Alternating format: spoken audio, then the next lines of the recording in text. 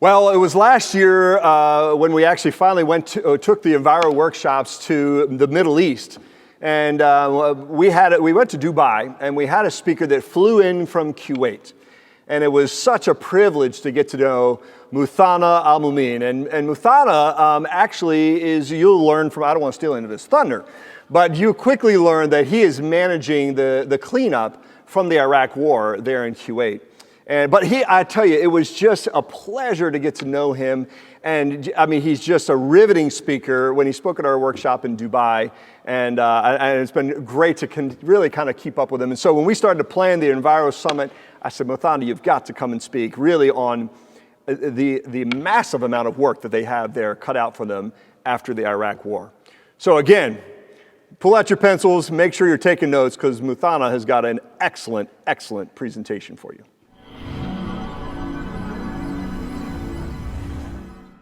Hello, good morning, good afternoon, good evening, wherever you are in the world. I'd like to start firstly by thanking the organizers for inviting me to present here today, and I hope you enjoy our presentation. My name is Muthana Al-Mu'min, Team Leader Soil Remediation Projects 2, working for the Kuwait Oil Company, and our group is responsible to manage the Kuwait Environmental Remediation Program, also known as KERP. Today we're going to talk about the KERP background in terms of contaminated features, stakeholders, claims, F4 panel. We're going to talk about the KERP strategic transition. We're talking about key challenges and key projects and key successes. So let's start off by breaking the ice and ease you in with a small video so you can understand what we're talking about.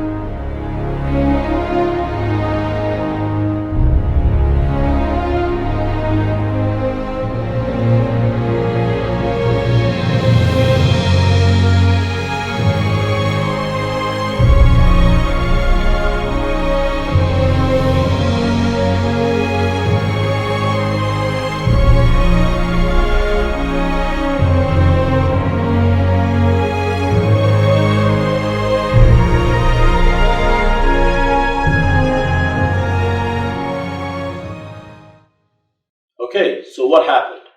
Over 700 oil wells were ignited by the Iraqi army. And once extinguished by the firefighters, we were left with 26 million cubic meters of contaminated soil covering 114 square kilometers. Extensive damage had occurred to the ecosystem in the form of wet oil lakes, dry oil lakes, wellhead pits, oil contaminated piles, and coastal oil deposits, to name but a few features. Furthermore, Kuwait was left with many minefields, and a number of unexploded ordnances were left strewn about everywhere in the fields. So we're going to talk about some of the features here to get an idea, to get a flavor of what we're talking about. We're going to start with the wet oil lake. The wet oil lake and the dry oil lakes are represented or defined by us in a similar manner, where there are three layers. The top oily layer, the second oil contaminated soil layer, and the third is the clean layer. So when it comes to wet oil lakes, the top layer is liquid, and sometimes can be as deep as 1 meter. Now, some of those features are wet throughout the year, and some may dry, a few of them, during the winter seasons. As for the dry oil layer, the dry oil lakes, dry oil lakes have a very thin top layer, insignificant, and therefore they're dry throughout the whole of the year. But you know, they're very easily accessible. And then you have the oil-contaminated piles. These are piles bulldozed by the firefighters to prevent the spread of the oil around the fields, and by operations when they wanted to access specific locations. Of course, we have the wellhead pits. Wellhead pits were created by the firefighters to store water to fight the oil fires. But once the oil fires were extinguished, some of the oil seeped into those wellhead pits. We have also a coastal oil trench, which was created by the Iraqi army to prevent an amphibious assault, which never occurred by the coalition. We have also tarcrete. Tarcrete was a sooty layer, a tar-like layer, which was deposited from the smoke from the oil fires. It's a thin, crusty layer with clean soil directly underneath. And finally, we have the coastal oil deposits, which were deposited due to the tides, bringing in oil that had was deposited into the sea. So now it covers some of the beach. And we now have another video to tell you what happened after all this contamination was created. So enjoy.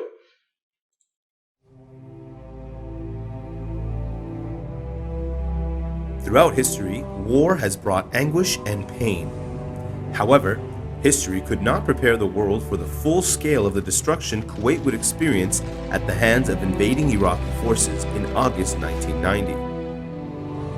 Between 1990 and 1991, the single most devastating environmental catastrophe in recorded history took place in the oil fields of Kuwait. Over 750 oil wells were severely damaged and set ablaze. Even after firefighting specialists from around the world were able to extinguish the fires, damaged oil wells continued to gush oil to the surface. This flooding resulted in the formation of oil lakes, further delaying oil sector development plans within contaminated zones. An area of approximately 114 square kilometers was tremendously impacted by the contamination. In the aftermath, Kuwait was able to successfully petition the United Nations for financial compensation to attempt to repair the severity of the damage left behind. The United Nations formed what would be known as the United Nations Compensations Commission, or the UNCC. In December 2005, the UNCC awarded monetary funds to the state of Kuwait for the technical and financial progress of the environmental remediation works of contaminated features left over from the Iraqi invasion. The UNCC established KERP for the follow-up program for environmental claims awards, and they decided to establish KNFP for the claimant governments. The government of Kuwait formed the Kuwait National Focal Point, or the KNFP, in June of 2006 to act as a liaison between the UNCC and the affected parties for the duration of the program.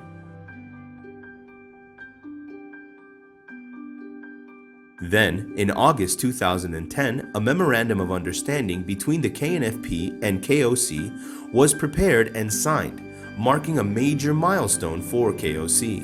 In 2012, the KOC Soil Remediation Group, or SRG, was established, dedicated to the implementation of the Kuwait Environmental Remediation Program, otherwise known as KERP.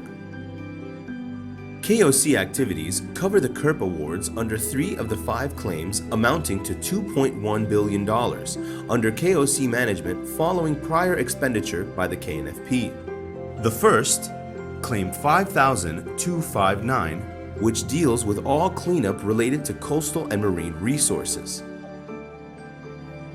Second, Claim 5,450, which focuses on remediation of damaged terrestrial ecosystems, which deals specifically with all remediation of areas in and around wellhead pits and tarcrete.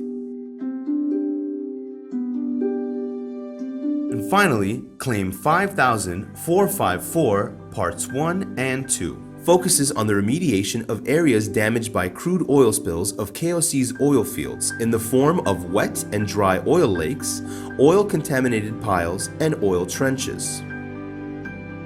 Claim 454 Part 2 specifically addresses the revegetation scope, which will restore plant covers, ecosystems, and provide sustainable environments for the local wildlife, equivalent to their 1990 status. Okay, so I hope you enjoyed that part of the video. Just to recap, a number of clement countries approached the United Nations to ask for compensation for the damage that had occurred and the losses that occurred to the various countries, one of them, of course, being Kuwait. The United Nations consequently established the United Nations Compensation Commission in 1991.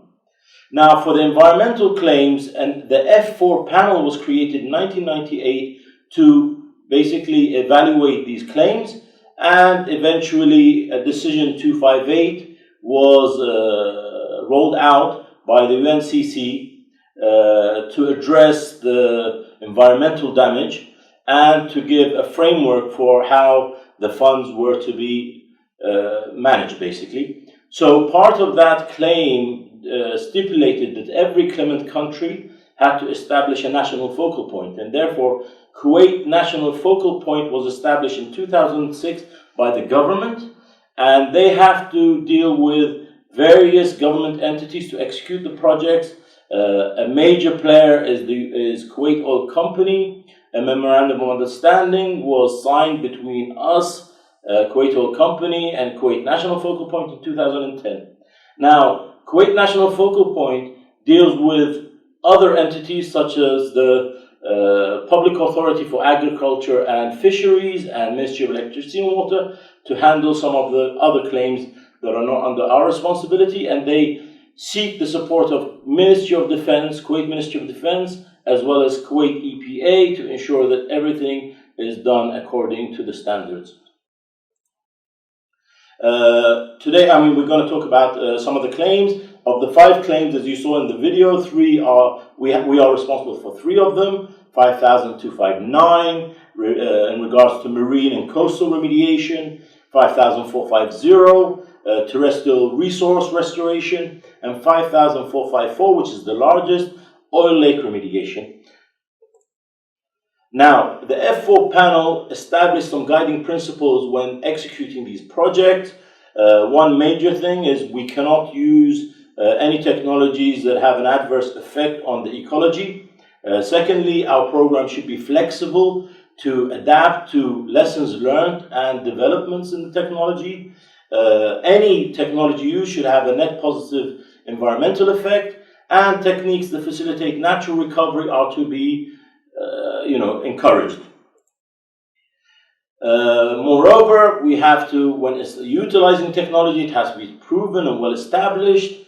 The remediation criteria has to be monitored to ensure we achieve it, and the most cost-effective is to be considered when doing our treatment. Finally, remediation decisions should consider both short-term and long-term effects on neighboring ecosystems. What was the original plan?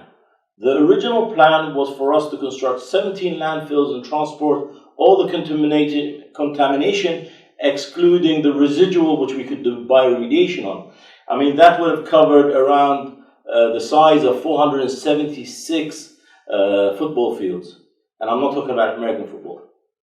No, I'm just joking. Anyway, you get the gist of things. It would have taken a lot of areas that we would have lost, and we couldn't have operated in those locations. So we, as Kuwait Oil Company, did not want to leave that legacy to the country, so we wanted to look at different technologies, and then we approached Kuwait National Focal Point on the total remediation solution. And in 2015, that was approved. And what is it? Basically, it looks at the low-level contamination and on the risk-based approach.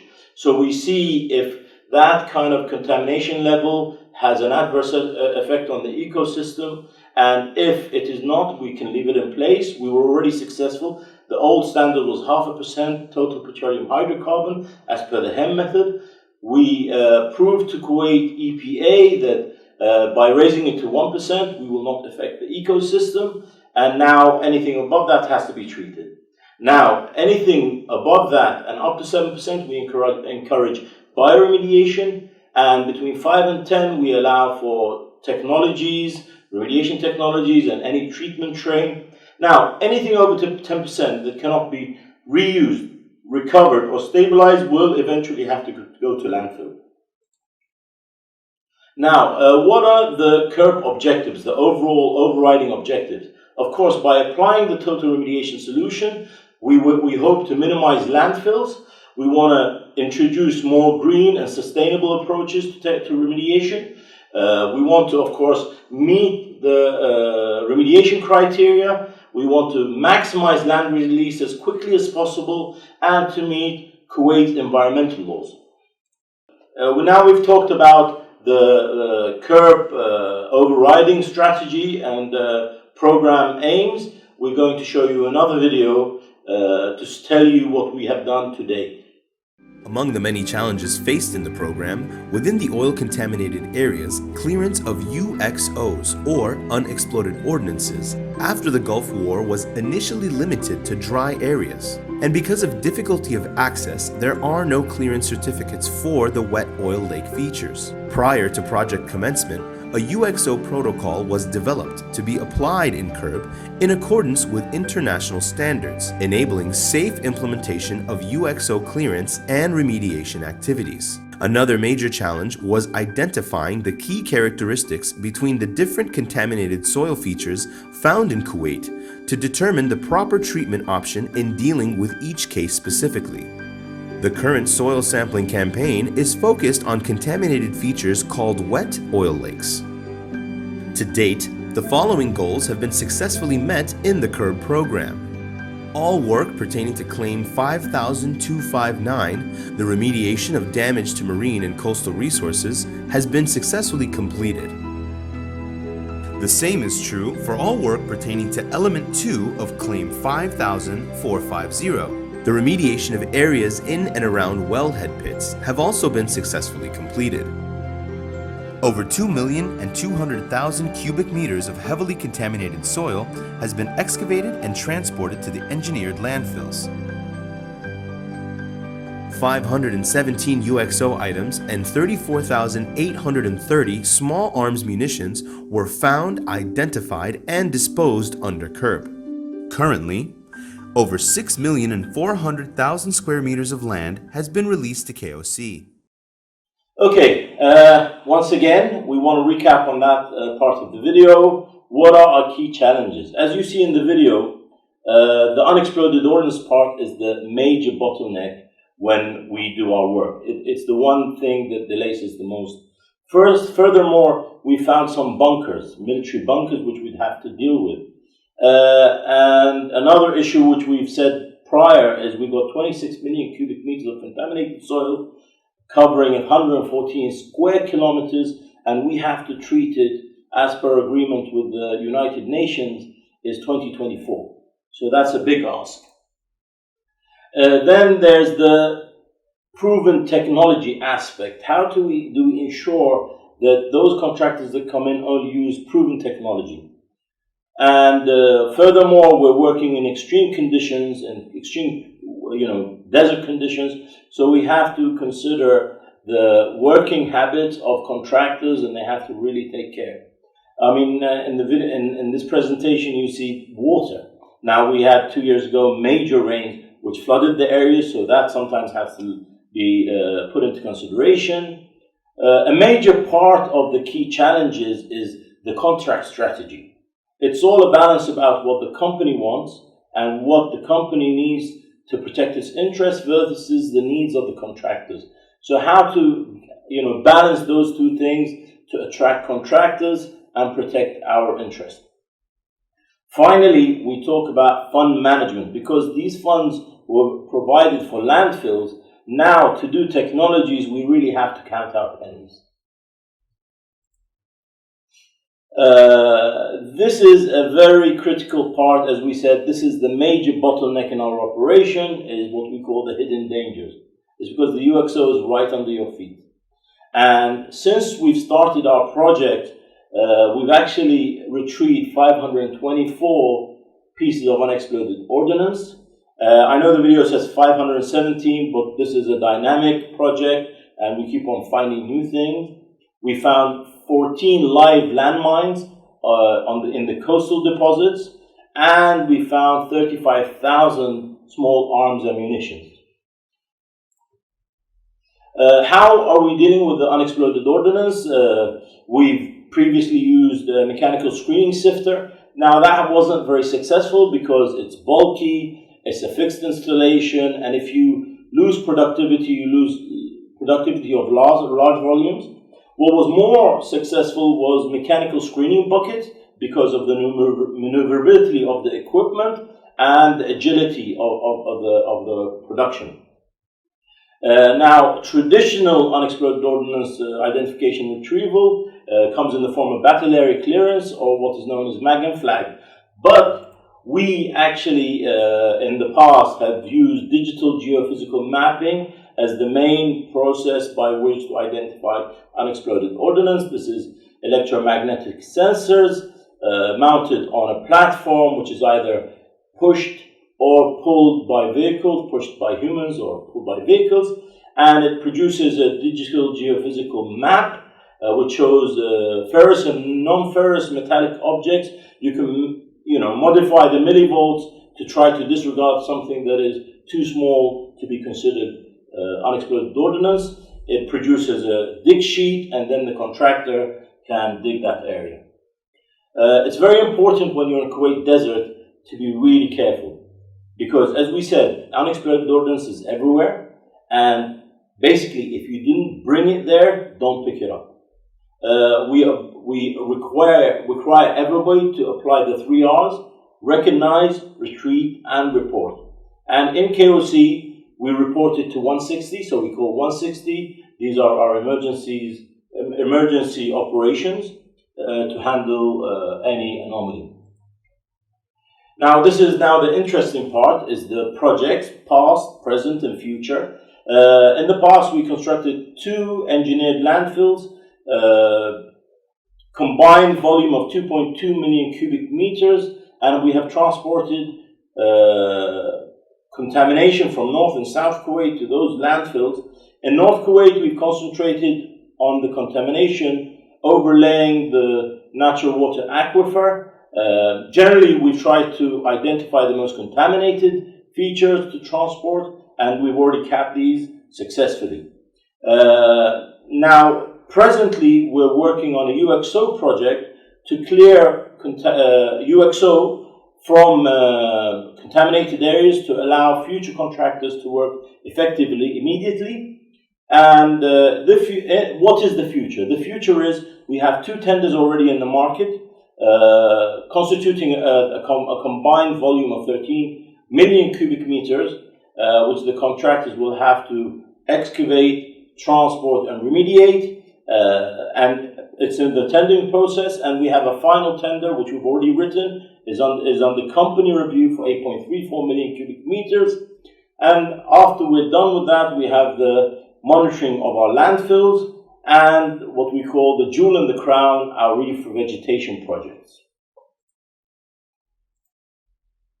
Now, due to the constraint in time, we had to club all the activities in single contracts within the tenders. So any contractor would have to do site soil characterization, UXO survey and clearance, excavation, transportation, remediation, and thereby we get our land release. Now, to give you an idea, this is Kuwait map.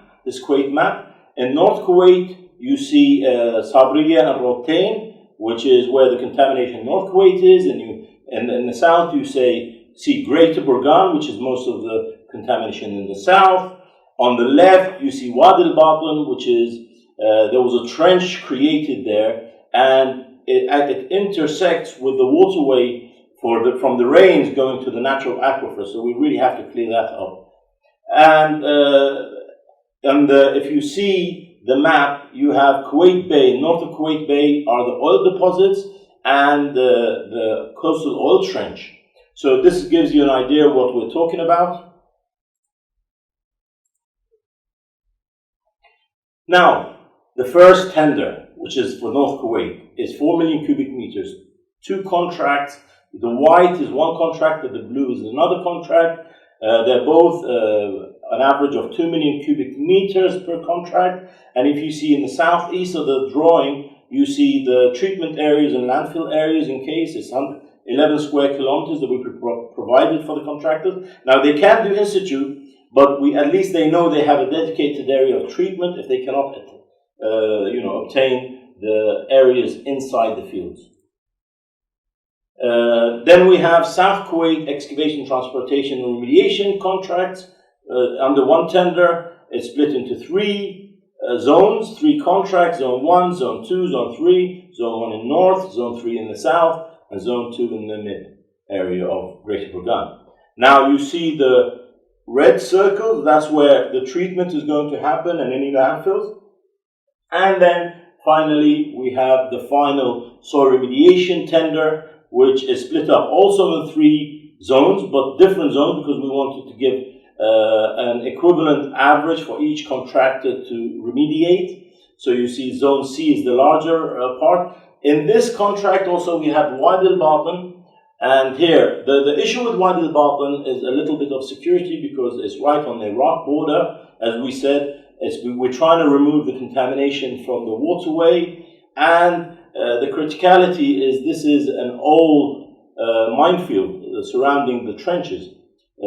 And also there was an oil spill from a broken pipe there, and we have to deal with that in the third contract tender. To give you an idea on volumes, North Kuwait 4 million cubic meters, dry oil lake 2.2 million, wet oil lake is 0.4 because you removed most of the fluid, the liquid part of the wet oil lakes, and 1.4 million cubic meters of oil contaminated piles.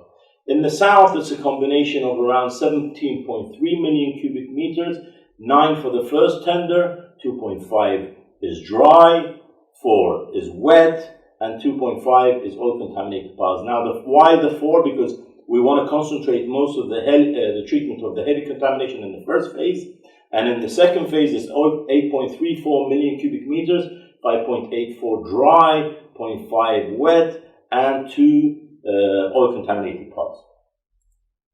Now, to get an idea of how the contracts are set up and what are the success criteria, we've broken down the tenders or the contracts into 5 portions. Portion 1A, 1B, and 2 is enabling works, temporary works, and excavation and transportation works. The most important is the enabling because that's where the treatment trials and to see how effective the treatment is, which will feed into portion 3 and 4, which is the treatment. With the treatment, any contamination between 1 to 5% has to be treated as a minimum 9% of the volume. 5 to 7%, minimum 80% of the volume has to be treated, and 7 to 10%, a minimum of 70% of the contaminated volume has to be treated. And anything left is handled under portion 5 for landfill. Now, key to success. This first slide talks about the key to success for the contractors. So, due to the major transportation activities that will arise, the contractors have to really consider their transportation fleet. And we're talking about distance travel that will be between 10 to 20 million kilometers, which is around 250 to 500 times around the Earth. So why the disparity 10 to 20 is because it depends if the contractor is going to do more ex situ or more in situ. So this has to be considered. Also, from our experience, high pressure abrasive soil wash has to be taken considered very carefully because of the nature of our soil. Our soil, some of it has come from the Euphrates and Tigris, and therefore there's a lot of fines there. So the more abrasive a system, you'll have a breakdown of the soil particles and create a lot of fines which go into the filter cake, so waste. Nothing is perfect, even with bioremediation, because of the weathering of the oil The bugs, when they go and try to eat away at the contamination, they will address the low-end carbons, the lower chain carbons, and once they're starved of oil, they will actually break down the long chains, and therefore, once you're approaching your targets, you'll find that you will have a rebound. So this has to be considered in the techniques of using bioremediation. Finally, we do not allow for high temperature thermal desorption as per the UNCC directives. Now, as a company, what do we look for? We look to make a contract which is clear, concise, to prevent potential claims on the company. Secondly, we want to avoid scenarios of remediation failure. That's why we put the trials in the beginning of the contract.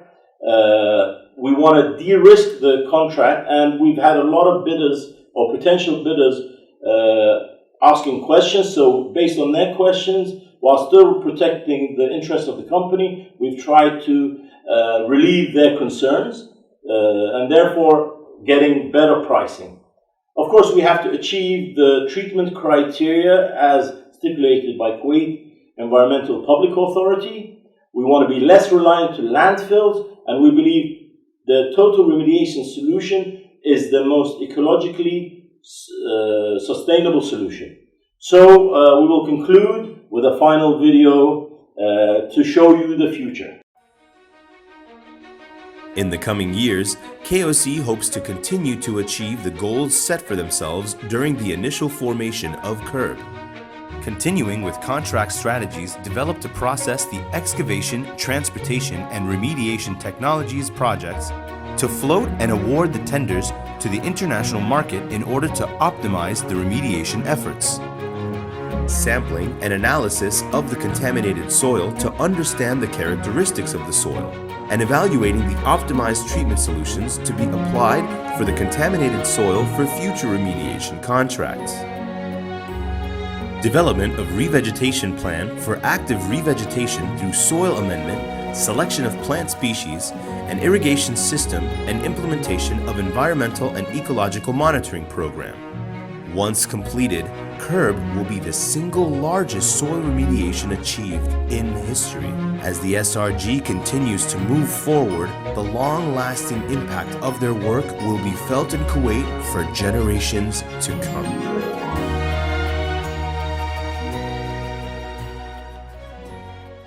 Anyway, I hope you enjoyed all my videos. I'm very proud of my team for all they've done. They've done a really good job with those videos, and I hope that the presentation was interesting and informative. And if you have any questions, I'm more than willing to answer it. So please, welcome.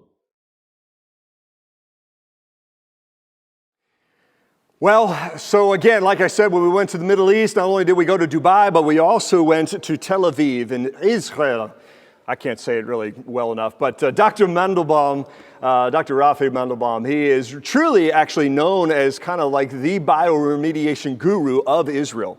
And similar to Jean Perret, when I was introducing him from Canada, I would say that Dr. Mandelbaum is really similar in that regard early on when it came to cleaning up soil and groundwater contamination. And so his company has been really at the forefront. And so when we were there, we actually had almost 100 people at our Enviro workshop in Tel Aviv. And so it's just extraordinary to work with not only Dr. Mandelbaum, but his whole team, his whole staff, an excellent, excellent workshop that we did there. So, like I said, grab your pencil. You'll want to take notes because he's got a really good presentation on what is going on in Israel. All right. Well, it's my pleasure to be invited to EnviroSummit.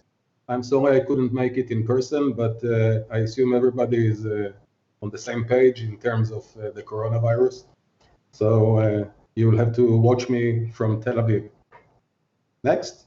So my topic will be talking about Israel, contaminations, but since I'm not sure everybody was in Israel, Israel is acronymed the land of milk and honey. The biblical terms are milk like milk and honey. It's mostly a nectar from dates, but milk and honey is fine, and nobody said anything about contamination. As you can see on the map, Israel is much smaller than the United States. We are about 0.1 per mil size of the USA. Mostly, I think in comparison to states, we are about the size of New Jersey or Connecticut, something like that. Israel is a relatively small country.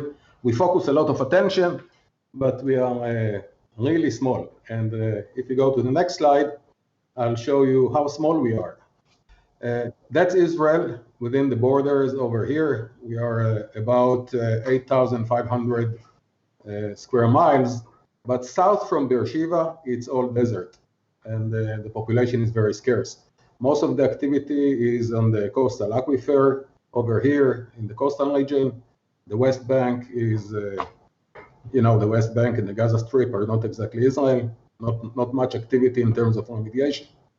And that's the Galilee and the Golan Heights. Our neighbors are Lebanon and Syria. Not much remediation is ongoing in these countries. Jordan, slightly more, and Egypt over here in the desert in Sinai. I think in our region, the only country that remediates significantly its contaminated lands is Israel. Next. This is a bird's eye view of Tel Aviv, just for the feeling of how does it look like in our region. Tel Aviv is about 115 years old since its inception in 1906, and it looks like a big city. It is a big city. It's a metropolitan with a lot of housing. It's acronym also the White City, because many of the older buildings were white. And many of the new buildings are sitting on former industrial sites, because in the past, the industry was within the borders of the city. Next. Israel is also called the land of miracles when we speak about economy. And if we go to the next slide, I'll explain that.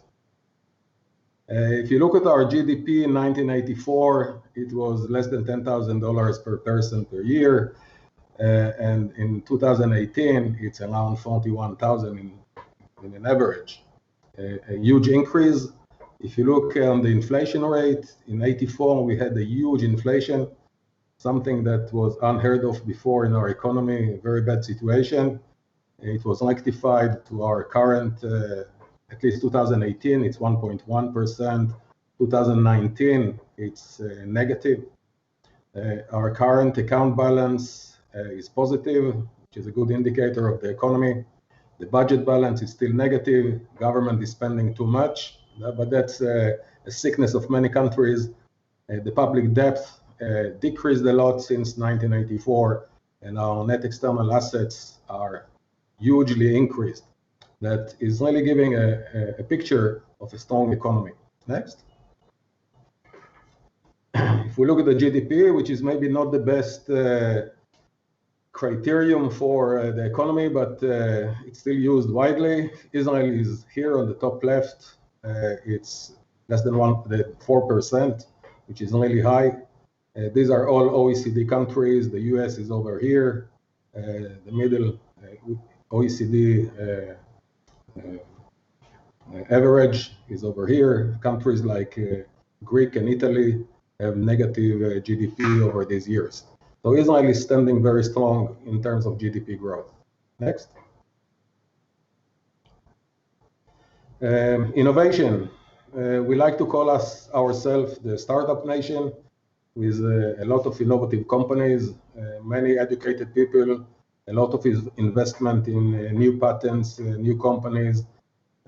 Many startups are located in Tel Aviv. And in the Bloomberg Innovation Index, we appear in 2020 in the 6th place. We are over here. The first one is Germany. Last year, first one was South Korea, now second. The US is the 9th over here. So all in all, Israel is well located in terms of innovation, and I'll speak about innovation in the field of remediation. Next. Just to summarize the economy, we are an open economy, export-oriented, a lot of skilled people, plenty of universities, many people are educated. Our technology is developing very fast. Many technologies that arise from Israel are well known over the world. I'm sure you're using Waze when you come home or when you travel. the Maps application. It was developed in Israel and purchased by Google, but many other softwares and companies that were developed in Israel were making exits and are now all over the world. If you're using computer, you have Intel inside, it's made in Israel. At least many of the processors are made in Kiryat Gat in Israel, and so on. So we have a lot of, I think that everybody touches every day something that was coming from Israel. And we have a startup culture that is really phenomenal, plenty of companies in Tel Aviv. Next. The next, I meant to see the coronavirus. On the right hand, it is everything I said about our economy is true until the corona. The situation in Israel is quite bad. A lot of people are infected, and the economy is suffering quite a bit. But we are all optimistic that this will change over the next years, and it's based on technologies that were developed in Israel. For example, the Iron Dome. Next. When we had a problem with missiles coming from the Gaza Strip into the middle of the country, we developed an anti-missile system that was unheard of before, and I think the success rate is above 90%. And since we suffer from these missiles every now and then, this solution gave a lot of flexibility to our government to be able to cope with the situation. So strategically thinking, flexibility in mindset and ability to execute is what the Iron Dome is all about. And I think with the corona, we'll have the same thing. We'll get out from that situation, same as in 2008, in the Big Depression. Israel made very good and succeeded to get out of that. Next. So going back to our topic, remediation, I wanted to give an example of a technology that was developed in Israel. And unlike many countries, when we deal with petroleum contamination in groundwater, and these are data from our water authority published in August last year, we see that the highest rate of use is of a technology called EBR. And I'm not sure that you are familiar with EBR, but you can see that out of 26 technology sites that were remediated in 2019, almost 40% were using EBR in groundwater. The rest was air sparging, followed by SVE, circulation wells. These are older technology coming from IAG in Germany. Oxidation and enhanced natural attenuation. These are technologies which are common all over the world. But the peculiar thing is that we use a lot of EBRs, and very successfully. Let me talk to you about EBR. Next. Oh, sorry. I just wanted to acronym that Aquadome. Like the Iron Dome, EBR is our Aquadome. Next. So what is EBR all about? It's basically an electron bioremediation system inside a well that has an air sparge and few electrodes, 3 electrodes. One of them is manufacturing hydrogen peroxide. The second is releasing iron, mostly like ferrate, which is highly oxidative, and produce also, the third one is producing oxygen. So we are both doing an advanced oxidation, Fenton-like reaction, and we are adding hydrogen for aerobic degradation of contaminants. The whole thing is patented. The US patent was published last year, and it's controlled from a control board that controls the voltage of the electrodes and the current that is going through. It is remotely controlled, so it can be controlled from Tel Aviv, and the actual system can be anywhere in the US. So it's really simple. There is no additional reagents that we need to add. It's just electricity and water, and we basically are increasing the microbial activity, and we are oxidizing the contaminants at the same time. And there are a few tricks that can be run with this method. And since it was introduced about 10 years ago, it really took the market in a breeze. As you have seen, the majority of the sites that have contaminated groundwater, mostly with petroleum, but also with chlorinated, are using EBR now in Israel. In the US, the system is marketed by Provectus, but I'll emphasize that slightly later. Next. What are the highlights of EBR over other electrokinetics? Well, we produce iron particles that are needed for the Fenton reaction. These are mostly ferrite that are low Fermi level, highly oxidized iron species or oxy-iron species that are induced by the redox fronts. They are propagating into the aquifer by electroredox current densities, electroosmosis, and electrophoresis. And the equilibrium can be changed by changing the currents on different wellheads. So we can play with that as with traditional electrokinetics, but with the additional advantages of the EBR. Next. On top, since the EBR is treating the groundwater, we can couple in the same well also an SVE system to treat the unsaturated zone. So basically with existing wells, 3 or 4 inches wells, we can combine groundwater remediation and unsaturated zone remediation using soil vapor extraction traditionally, but in the same well, so less wells are needed. Next. This is an example. You can see a gas station with the dispenser in the center, where the red dots is. There are 3 areas of contamination in this gas station, area A, area B, and area C. The concentration of BTEX is up to 200 ppms, really high, with a separated plume that is a separated phase, sorry, which is treated in a different technology. And we can see the results in each of these areas on the right.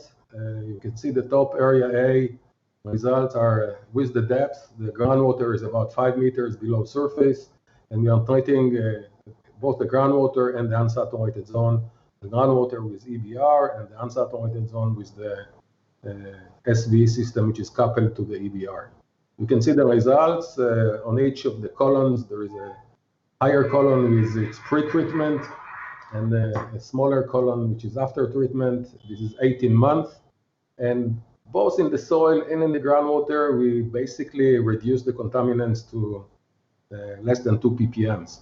So that's an outstanding result for highly polluted gas station. Next. So in the next slide, we see an example of MTBE degradation. Several months, about 7 months of treatment. Monitoring well 7, you can see in May 2018, 11,000 ppb of MTBE, which was decreased to 50 7 months later, by the end of 2018. Same for monitoring well 8 and 9, for very high concentration, maybe in monitoring well 8, not that much, but at least almost 50% removal, and much more in monitoring well 9. So these results are really fast for MTBE. We know that MTBE is not extremely biodegradable. It degrades slowly. And with the EBR, we can achieve MTBE remediation really fast. Next. And so what are the advantages of EBR over electrokinetic methods? It generates oxidants at neutral pH. It generates reactive ferrite fronts, which are highly oxidative. In fact, it's advanced oxidation. Continuously generates oxidants and ferrite in situ without adding any chemicals, and rise Fermi levels at equilibrium that in change is oxidizing the contaminants. Next. So the agent for EBR in the US is Provectus. You can see on the right hand of the slide, it is depicted as a barrier for a contaminated area. Can have several wells with EBR, reactors in them, and have them as a barrier to avoid the release of contaminants into the neighboring sites. But we use it also for collapsing sources, very highly concentrated, so it can be used for multiple purpose. If you want to contact Jim Mueller from Provectus or his team, they will be more than glad to talk to you more about EBR.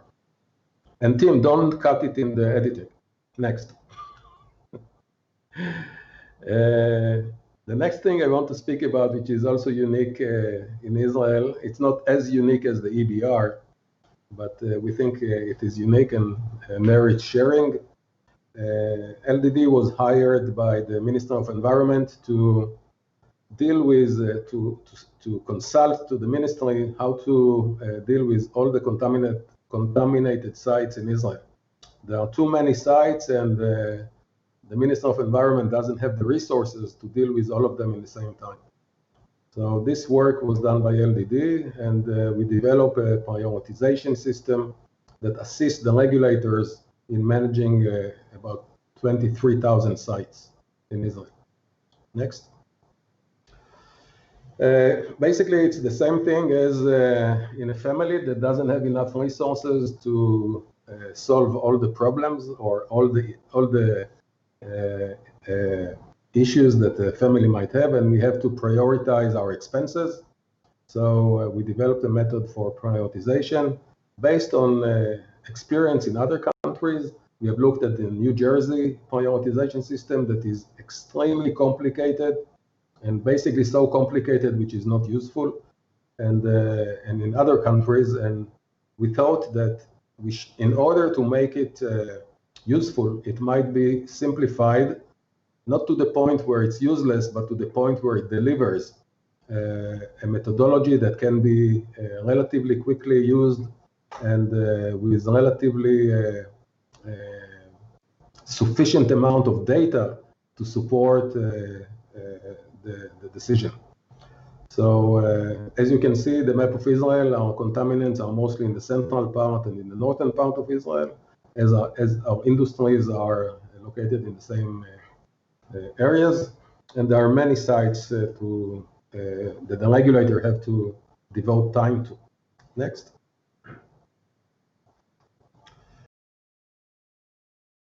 The system is based on risk of exposure. The famous source pathway, receptor pathway, there's no reason to dwell on that methodology, which is highly acceptable. Next. Next. This is normally what the ministry is getting from a contaminated site. After the survey, there is a description of the contamination, and the regulators have to decide whether to enforce remediation or devote more effort to this site. And they're getting hundreds of sites like that every year and thousands over the years. And many of these sites do not get response because it's overwhelming the capacity of the regulators. So the tool allows the regulators to allocate resources for the sites which really pose risk without really going into a full-scale, blown-up risk assessment.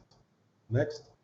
So the idea is to use a simple table with 16 questions, part of them having to do with the contamination, the rest is the pathway and the receptors. And questions like, how far is the receptor? Do we have residents 70 meters from the site, 80 meters from the site? Are the groundwater deep or shallow? Are the contaminants volatile, etc.? Questions like that, they're all getting a score, and the score is between 0 and 10. And we have this question answered automatically if the consultant wants, or he can enter data on his own. But in any case, the score is between 1 and 10. Next. So in this methodology, sites that got a final score of less than 6 are getting discontinuation of remedial work for 7 years. And the sites that have score 7 and up, between 7 and 10, they have to go further, either to do a full-blown risk assessment or to go directly to remediation. So the ranking is a relatively simple ranking, but the decision whether the site will continue to be regulated is made by the regulators. And normally, if the site has a score of less than 6, the regulator will leave the site without any further actions for at least 7 years. And within 7 years, they have to do another prioritization. And then they might get released for the next 7 years, or they have to do the remediation. So basically, it's relatively simple. We have given training to the regulators, to the consultant community. And since 4 years ago, this is widely used in Israel and is serving very nicely, very successfully. Next. For example, until mid-2018, about 220 gas stations were prioritized. 155 of them got released for 7 years. 45 were not approved and they had to go to remediation. And 20 were still waiting for a decision. So a total of 220 out of about 1,200 gas stations existing in Israel were analyzed within 2 years. And 155 of them were released, even though they were slightly contaminated. Next. So what is the prioritization about? It creates a uniformity in prioritization. Nobody can say that he was not favored or somebody opposed him by the regulators, that he was misled or whatever. It's a simple method based on facts that either were already there or have to be generated. And the score is straightforward, and it will be the same score most likely by 2 different consultants.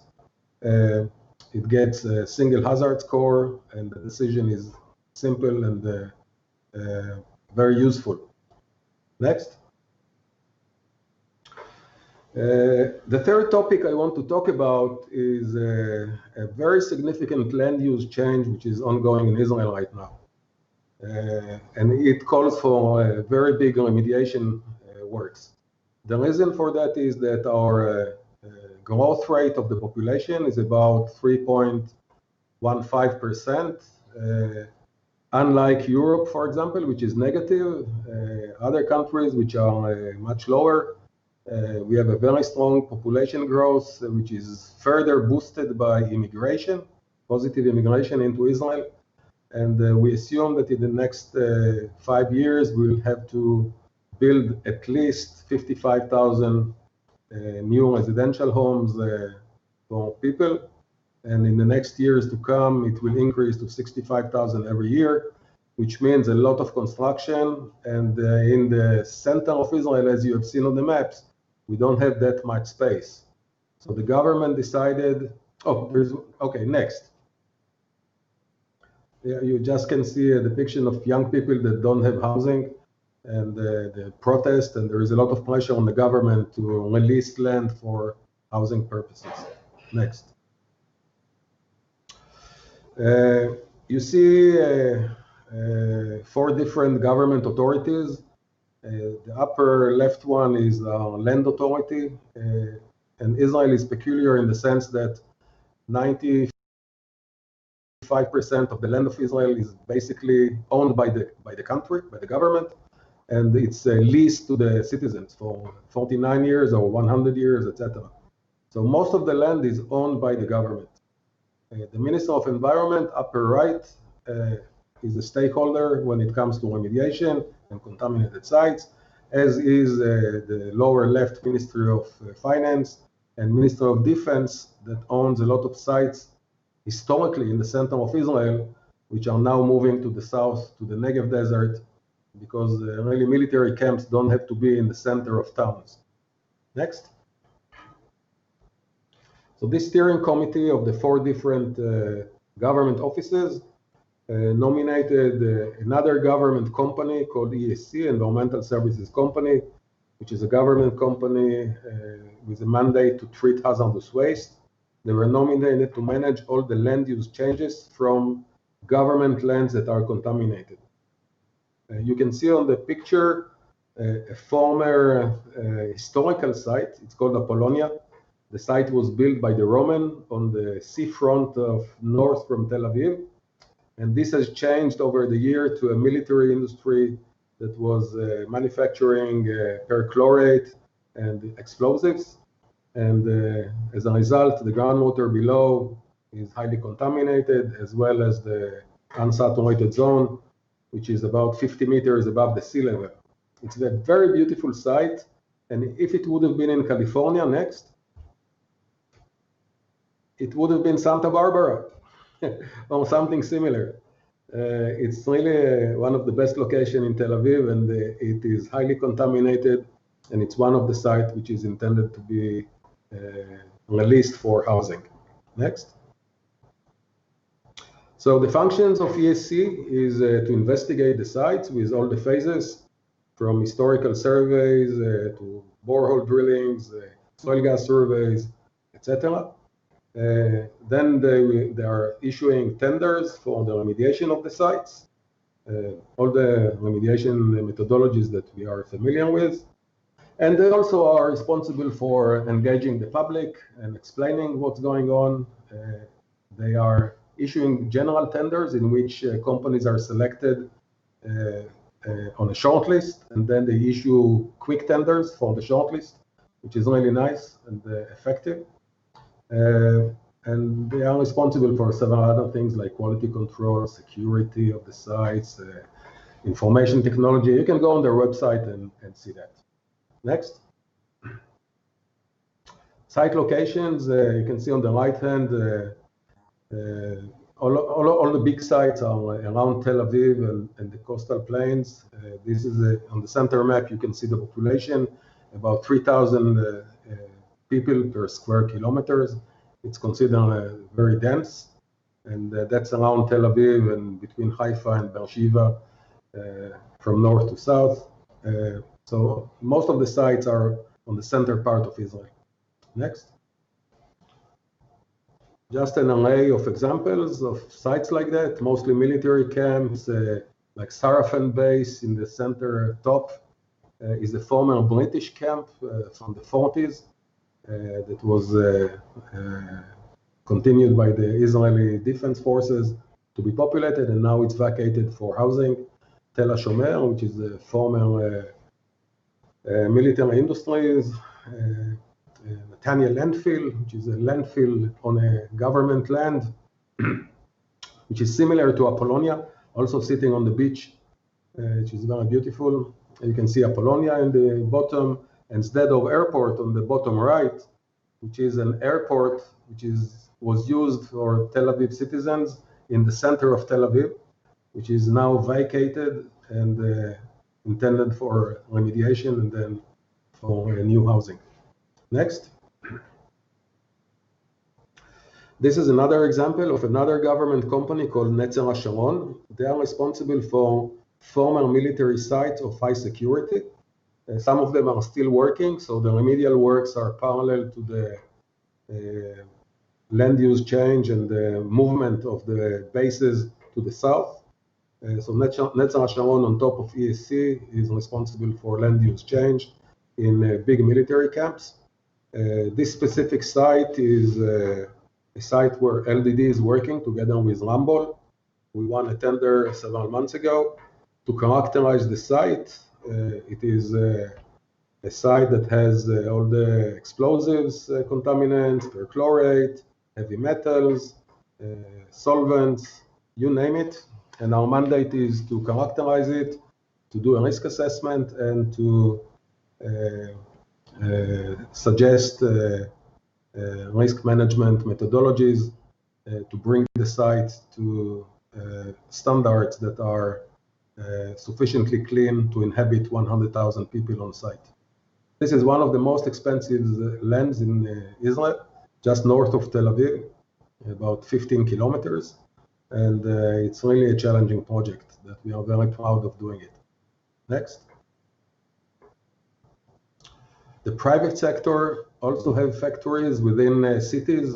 This is an example of a pesticide manufacturer with, you can see all the small boreholes points, and they were manufacturing pesticides from DDT to anything you can imagine, mostly chlorinated and phosphor-based pesticides from the 50s. And as you might imagine, in the 50s and 60s and 70s, the management of the waste on the site was not properly done, or at least it was done according to the standards that were adequate at that time, and it caused a significant contamination. And this land is intended for a residential area and commerce.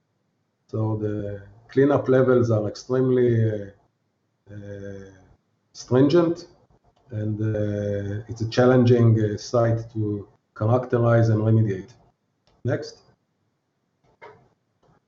The next slide is depicting several of the goals of the Minister of Environment for 2020. When I was getting ready for this presentation, I asked the Division of Contaminated Soil to share with me their goals, and they want to improve the contaminant soils database.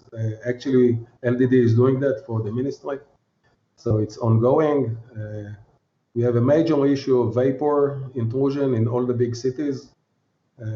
Mostly trichloroethylene and perchloroethylene, but other volatiles as well. So we are mapping the zones where it will be mandatory to test for soil vapors. We have in the last few years implemented an Israeli risk-based corrective action software that had to be familiarized with all the consultants. We are finalizing the risk assessment all the pipelines that are in Israel, mostly petroleum pipelines. And we have plenty of those to all the airports. We have 2 refineries, and they're all connected. We are finalizing rules, new rules for above-ground storage tanks. We increased the inspection of the consultants, which are still not licensed in Israel, but we assume that the licensing program will be formulated in the years to come. We have a lot of ongoing in situ soil remediation systems. Many of them are just soil vapor extraction, but some of them are a bit more sophisticated. And there is an ongoing assessment on the efficiency of those. And we have a lot of old gas stations that are now getting new regulations, more stringent. And these are the works that are under the Minister of Environment, the Soil Contamination Division. Next. Just wanted to share with you many of the international allies that work with LDD. Just give an example of several consulting firms on the left hand, Rambo, ERM, Arcadis, Tetrotech, etc., that work with us in Israel. A lot of remedial technologies on top of those that were developed in Israel. There are plenty of good technologies elsewhere, so we embrace a lot of technologies from foreign countries. We get laboratory services both from Israel and from foreign laboratories. The world has become very small in laboratory. The laboratory world has become very small. We are flying thousands of samples every year to different laboratories. We use monitoring and survey services by several suppliers. As you can see, from Beacon to local suppliers like Meteotech. For sampling and soil and water, we use other companies. And lastly, for vapor intrusion, we are really now in a boost of looking for new technologies. And we are working with several US-based companies and others. So LDD as a whole, the next, is looking for partners in a variety of fields in the remediation arena, and we will be glad next to work with other suppliers and to get to know new suppliers. So thank you for listening to this talk, and back to you.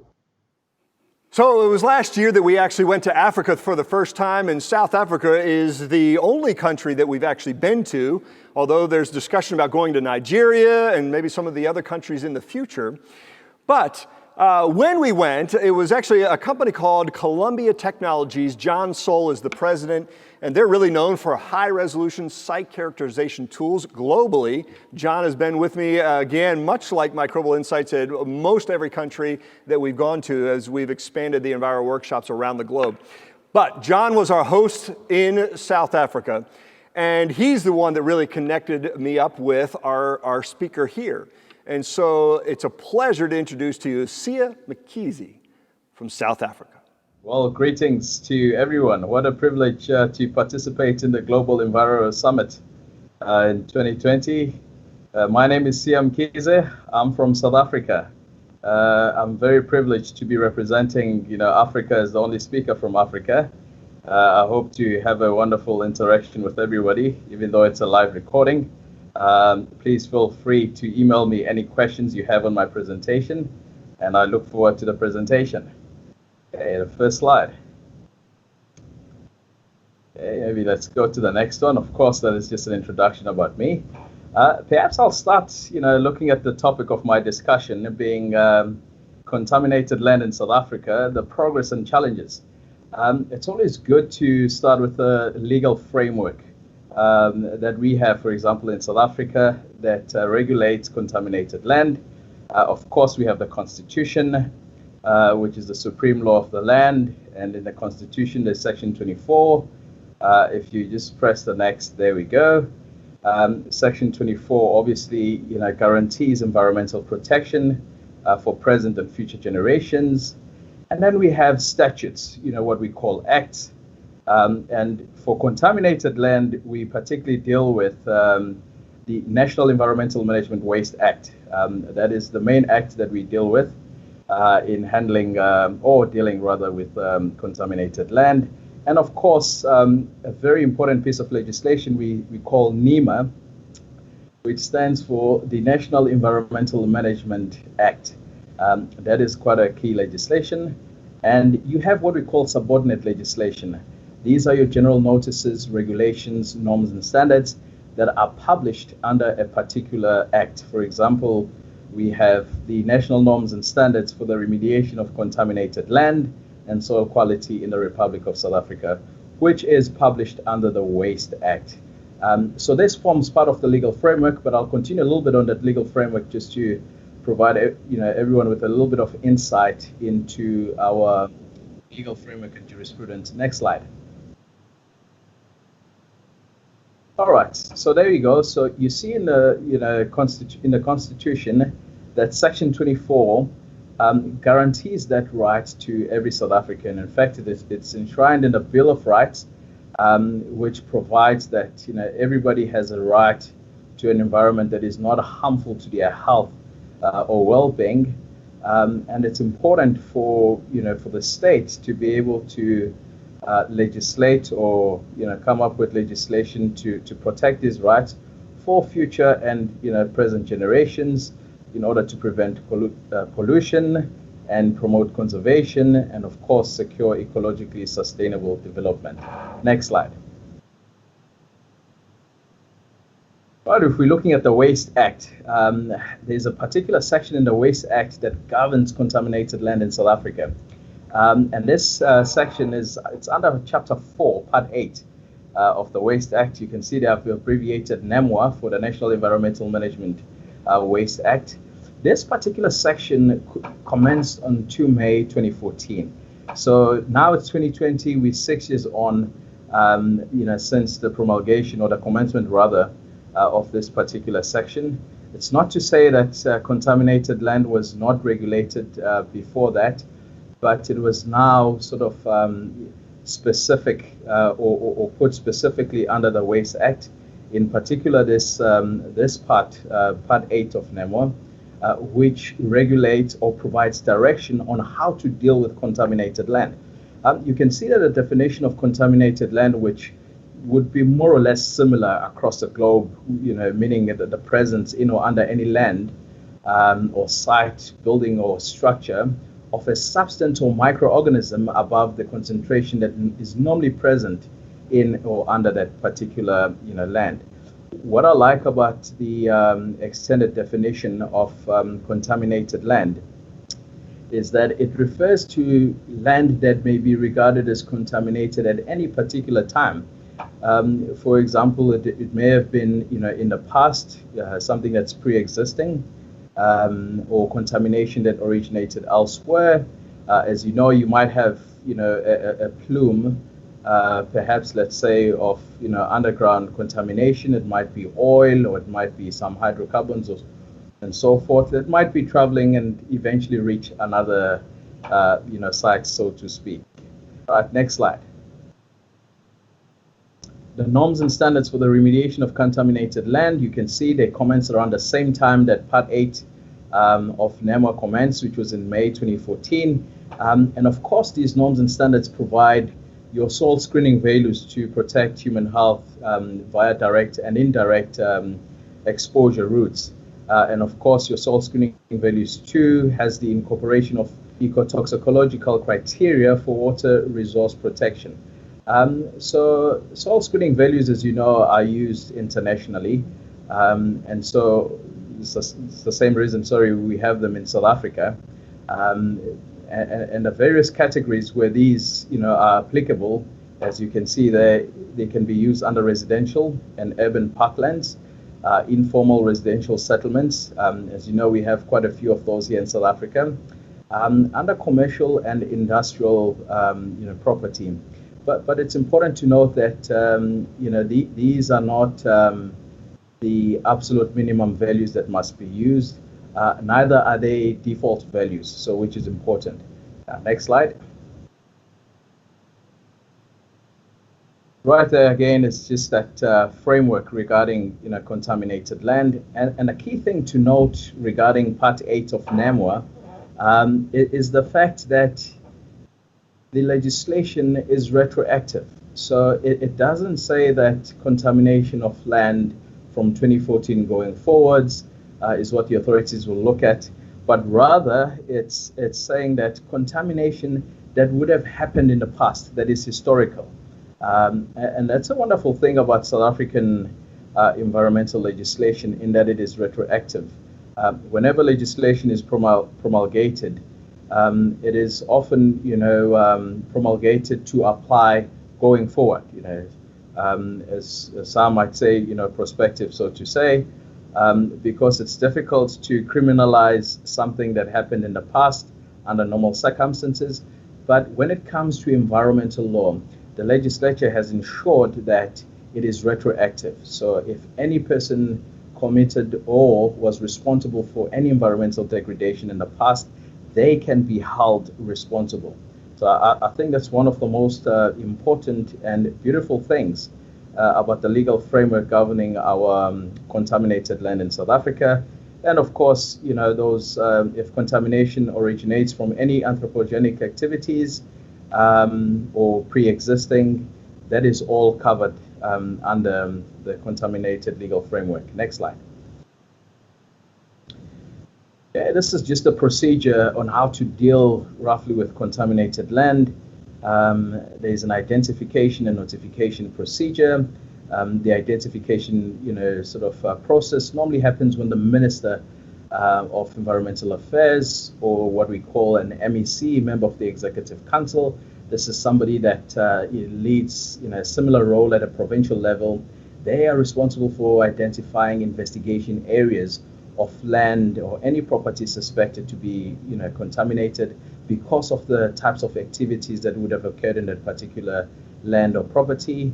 And then its notification is also done by the landowner or the land user by notifying the authorities if they have any significant contamination on their property. Then what normally follows is the authorities will request a site assessment, and the cost for that site assessment would normally be borne by the person that has reported the land contamination. Alternatively, or even if it was the minister, that would have identified that land as an investigation area, they would request the landowner or the land user to be responsible for the cost for the site assessment. And then based on the results of the site assessment, what would happen is the authorities, after seeing the necessary soil screening values, they will then say, all right, well, the land is contaminated enough to require remediation, and they will issue a remediation order if it is.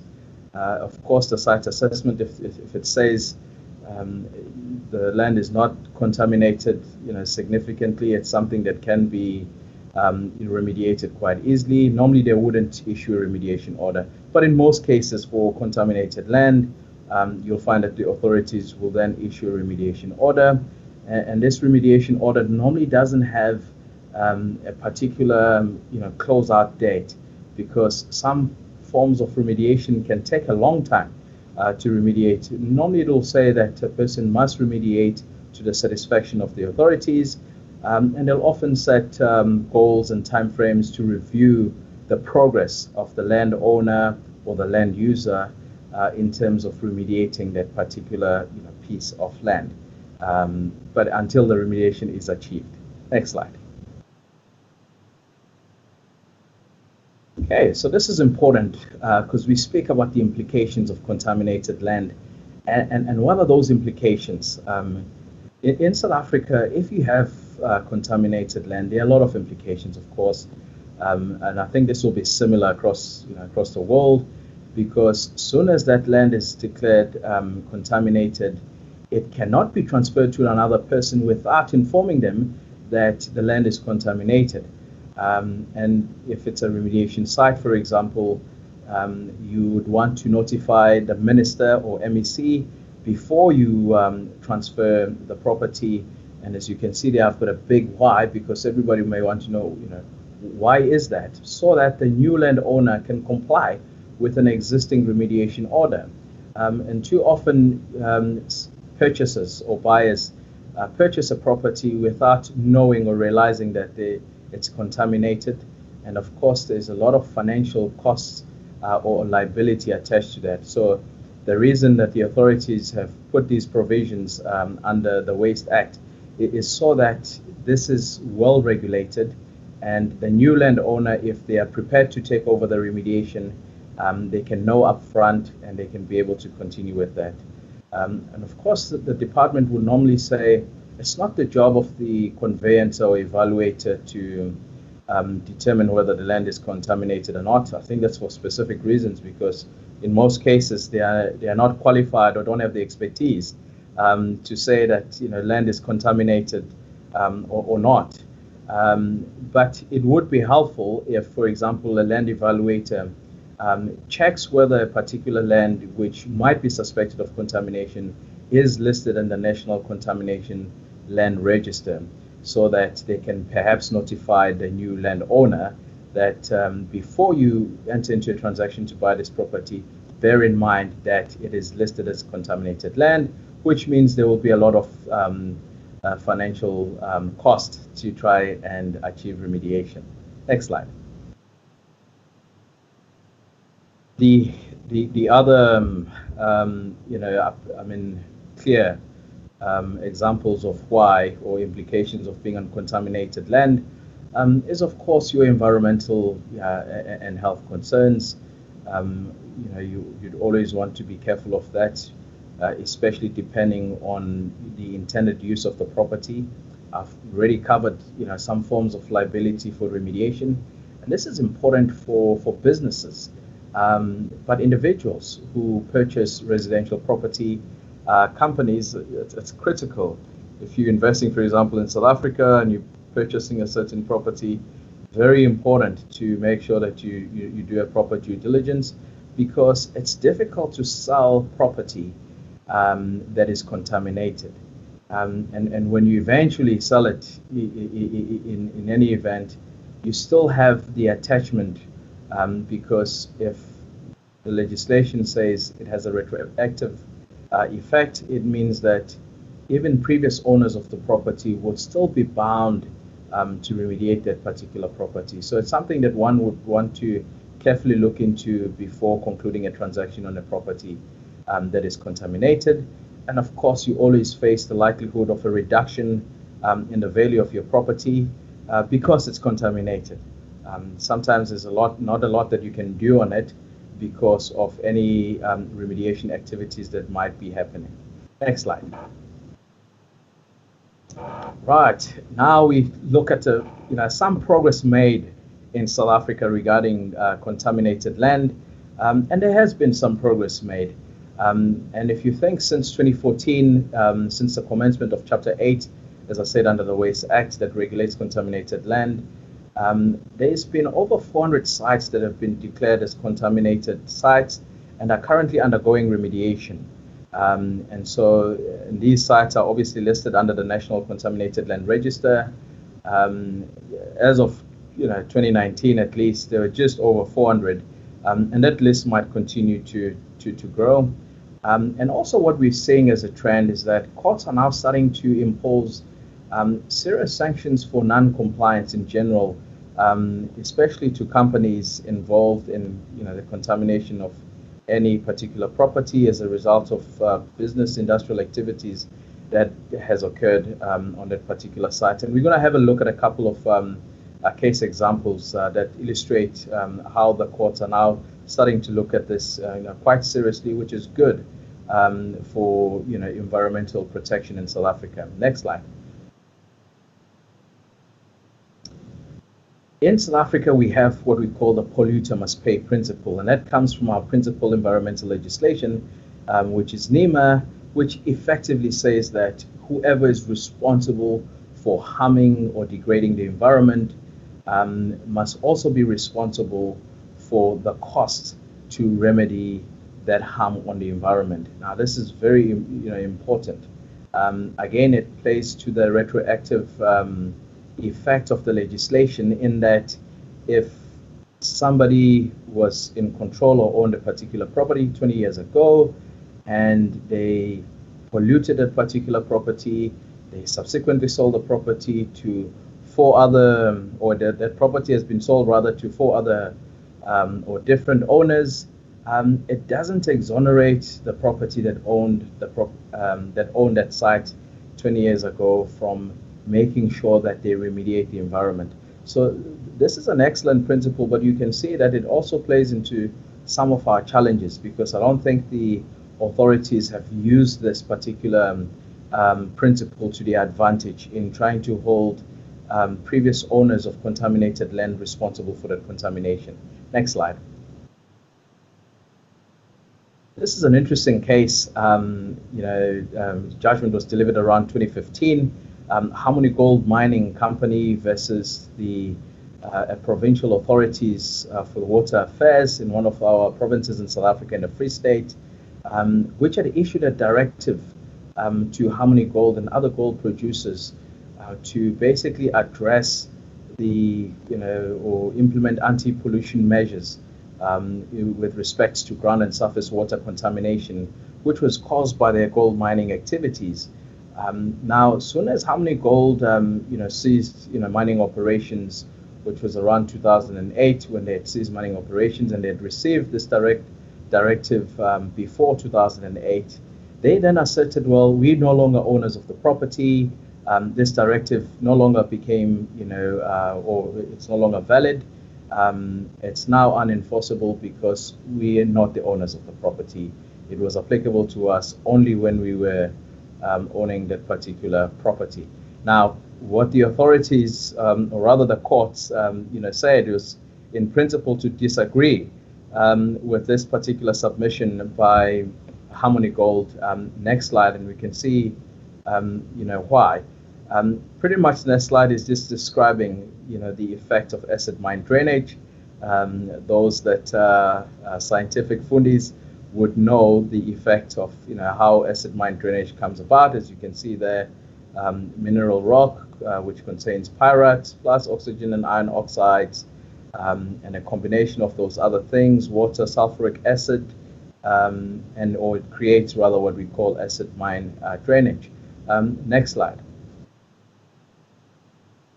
So the court had to look at whether the directive that was issued to Harmony Gold simply became invalid or unenforceable when they ceased to operate the site or to own, control it, as they were asserting. We are no longer responsible for this property. We've pretty much transferred any obligation on it or remediation on the property to the next owner. The other question is whether the directive was invalid because it had no completion date for anti-pollution measures. You'd recall what I said earlier, that normally when the authorities issue these types of directives or remediation orders, they won't put a particular date on it because it may not be achievable due to the extent of work that needs to be done on a particular site. And of course, they had to look at whether was this directive infinite. Because it appeared infinite, therefore it was invalid. And of course, Harmony Gold would have claimed that you can't have an infinite, no end in sight kind of directive. How long are we going to be remediating this particular property? And whether by itself or by implication, the directive came to an end. So those are some of the issues that the court had to grapple with in looking at this case. And in the next slide, we'll see how they concluded. So in the judgment in this case, very important again for land contamination and for the environment in South Africa, the court holding that the gold producers will still remain liable for the cost of pumping and treating that acid mine drainage, despite no longer owning or mining the land. And of course, you'll recall, as I said, that the legislation that we have in South Africa specifically holds any previous landowner responsible for any remediation of property, even if they no longer own that particular land. And as the quote said there, and I quote, the legislature intended to vest the minister with wide discretionary powers and to leave it to him or her to determine what measures the defaulting landholder must take and for how long it must continue to do so. Again, falling in line with the principle that the person responsible for environmental degradation must remediate that property to the satisfaction of the authorities. Can you put a date on that? Not really, but we're saying that you must remediate until the authorities would say and have tests and assessments done to say, okay, it has now been remediated satisfactorily, therefore there is no longer to continue any remediation. And of course, the person who's responsible for that can sort of have control of how long that process takes, because depending on the kind of technicians or people they're using to remediate that site, they can be able to determine how long it would take. And this is important, where the court said the rationale for this is to direct the landholder to address the pollution or risk of pollution, however long it may take to do so. And that rationale does not fall away simply because the landholder has ceased to own or occupy the property. Very important judgment. When Harmony Gold tried to take it to the Constitutional Court, which is our apex court, it basically refused Harmony Gold leave to appeal against the judgment and dismissed their application. In essence, saying that their prospects of success were very little, or they had no prospects of success, hence they dismissed that particular application to agree with the findings of the Supreme Court of Appeal. Next slide. Very interesting case. It was quite an important case in environmental law in South Africa, and one of the reasons for that is because the first time a director of a mining company was convicted and held liable for environmental degradation, which was a victory again for environmental accountability.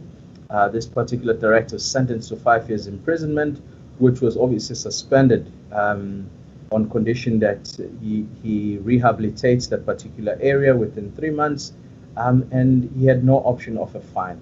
Now, again, this illustrates that how our courts have progressively moved towards ensuring that corporations and individuals comply with their environmental obligations. And as we can see in the next slide as well, another important case This is a recent case of Wuzani Environmental Advocacy, CC versus BP Southern Africa. Now, last year, BP was found guilty of constructing or upgrading fuel stations without obtaining an environmental authorization.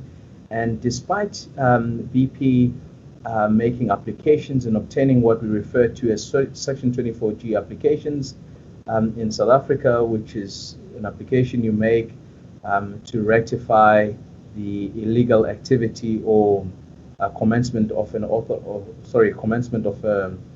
listed activity that requires environmental authorization. But despite them having gone through this process of making this application to rectify the non-compliance, they were still, however, not exempt from any criminal prosecution. And this particular environmental advocacy group obviously challenged them and said they were still criminally responsible. And recently, as in 2 months ago, the court ordered a disgorgement inquiry to investigate the monetary value of the advantage which BP might have gained in consequence of the offenses it committed, over an extended period, about 17, nearly to 20 years. Of course, this disgorgement inquiry is with the intention to see if they can be able to recover those funds, because they are saying those funds are ill-gotten gains that BP would have, recovered. I can see this case still dragging for a number of years. BP may appeal, some aspects of this, judgment. So it'll be an interesting case to see, especially for huge corporations across the globe, and to be able to be wary of implications of, moving ahead with activities without obtaining environmental authorization, which eventually contaminates a particular land, and how the authorities can go after you even years after such activity comments. So very interesting case. Next slide. And we look at the challenges briefly of some, again, regarding contaminated land. And if we go on the next slide, we're going to discuss some of these particular challenges. And one of those is that not every landowner is reporting contaminated land. There are a number of companies, I'm sure, that when they see or experience any contamination on their land and don't report contaminated, or rather report that their land is contaminated to the authorities, which is a bit of a challenge. That said, there are also many responsible corporations in South Africa, which we've seen through various audits, that have taken the responsibility to report contaminated land and undertake the necessary site assessments. There's also not enough investigations being done on contaminated land by the authorities. And as we started looking at the legal framework for contaminated land under the Waste Act, giving the authorities that responsibility to investigate land or property that they suspect might be contaminated. And we're not seeing a lot of that.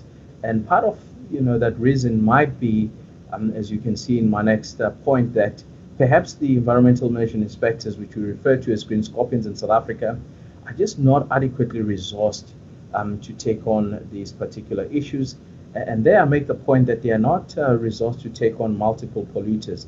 And you'll see why I'm making this point, that they are not resourced to take on multiple polluters, because they often focus on just the landowner or the land user, but not people or multiple polluters that would have owned that particular site. Next slide. NEMA, again, which is that principal environmental legislation, provides a wonderful framework for the authorities to try and recover some of the remediation costs. This is an interesting point, because there it says the department can recover these costs from any of the the following people, which of course includes anyone that was responsible for contaminating land, the owner of the land, or any person that would have owned that particular land, their successors in titles and so forth. But we find that in practice, the authorities do not really have the resources or the funds to go and pay for remediation and then try to recover that from the various parties or persons responsible for contamination. Although there is a provision such as this in the law, this might be more applicable, I guess, perhaps under emergency situations. But even then, in practice, we haven't seen the authorities spending their own costs to remediate and then trying to recover that from the responsible parties. But anyways, it's a tool that is there for the authorities, and I think fairly so, as the Waste Act does, by saying that, and NEMA, that the person who's responsible for that must actually bear those costs instead of the department. Okay, next slide. Not all contaminated properties are reported at what we call the deeds office in South Africa, which is the property deeds office. It's a central office in each province that keeps records of every property. Remember, in that framework, that the minister must report contaminated or remediation sites to the deeds office, so that they put a caveat on that particular property, that it is contaminated, it is under remediation, to ensure that whenever there is a sale of that property, the new owner is aware that that site is under remediation, which is again a critical point. But as we're saying, that not all contaminated properties end up being reported at the deeds office, and the authorities find it very convenient to issue a remediation notice just to the landowner instead of previous landowners. And this might be for multiple reasons, as I said, because it's just easier to do, or they are afraid of trying to do the necessary work required to be able to track the multiple landowners, to be able to be responsible for that. And so that's why, as you'll see, that why it's important for people to try and avert this kind of situation. Next slide. I'm just running out of time, just to be very quick. Again, this is a provision that enables the department to try and recover these costs from multiple people, as you can see there. These costs, if more than one person is liable, it must be apportioned according to the degree to which each person was responsible for harming the environment. So if that big jar was owner one that commenced operations on the site and did a lot of environmental degradation, the next coin's owner 2, 3, 4, 5, and so forth. And this is a fair principle in saying the polluter must pay for environmental degradation, but we're saying that must be apportioned. Now, the authorities just find it easier to allocate that whole jar to whoever is the current landowner, which is often not fair. Next slide. Okay, so again, just to conclude, looking ahead in terms of contaminated land, South Africa has made some progress over the past 6 years in dealing with contaminated land, contaminated sites. We've seen a couple of corporations also making progress in this regard by reporting contaminated land. There's, however, still room for improvement because the authorities seem to be under-resourced and are not doing enough to investigate potential contaminated sites, and are under-resourced in most cases to try and follow up on remediation sites. So this is an area that still requires quite a huge improvement. So more enforcement is required from the authorities going forward. And for any land purchaser, a buyer, before you buy property anywhere, I guess, but in particular here in South Africa, you must conduct a thorough due diligence when, if you suspect that the land may have been contaminated, because you might attract to yourself environmental liabilities, monetary costs, which may be quite costly to for you as a new landowner to handle. And again, we're saying contamination on land can be discovered many years after buying the property. So you have to insist on a warranty clause if you're buying any property, particularly in an industrial area, and say you want a warranty clause from the buyer, agreeing that they would be responsible for any historical contamination on the property, so that at least you can try and recover any damages via the contract. Because if you suddenly receive a remediation notice, you have all these costs to remediate the site, at least you have something where you can hold the buyer responsible and say, hold on, I'm now invoking my warranty clause. You need to warrant for this contamination. Next slide. So pretty much that is the presentation on contaminated land in South Africa. Wonderful progress made over the years, and we're looking forward to many excellent developments, especially on the legal side with our courts. Seemingly, again, looking at imposing serious sanctions against land polluters or those that contaminate the environment. Thank you so much, and what a privilege to be with you in this global environmental summit. Thank you. This has been a busy morning, as you can see. If you've been following along with all the different presentations, we've taken you from the north end of North America, Canada, across over to Europe, and we've then come down into the Middle East, and then even down into Africa. And so it's been a busy morning, but now it's time to take a break. So we're going to take a lunch break right here in Charlotte at the Sheraton Hotel. And hopefully you're doing the same thing wherever you are. Granted, with the time zone, maybe it's dinner time for you or maybe it's breakfast time, but we're going to take a break. And again, reminder, if you're watching virtually, make sure that you register for one of the virtual breakout sessions. So again, here's the URL. Click on, select one of the afternoon breakout sessions or several of them. These presentations are being recorded and they will be available on demand. So click on several of them and make sure that you tune in to our afternoon presentations.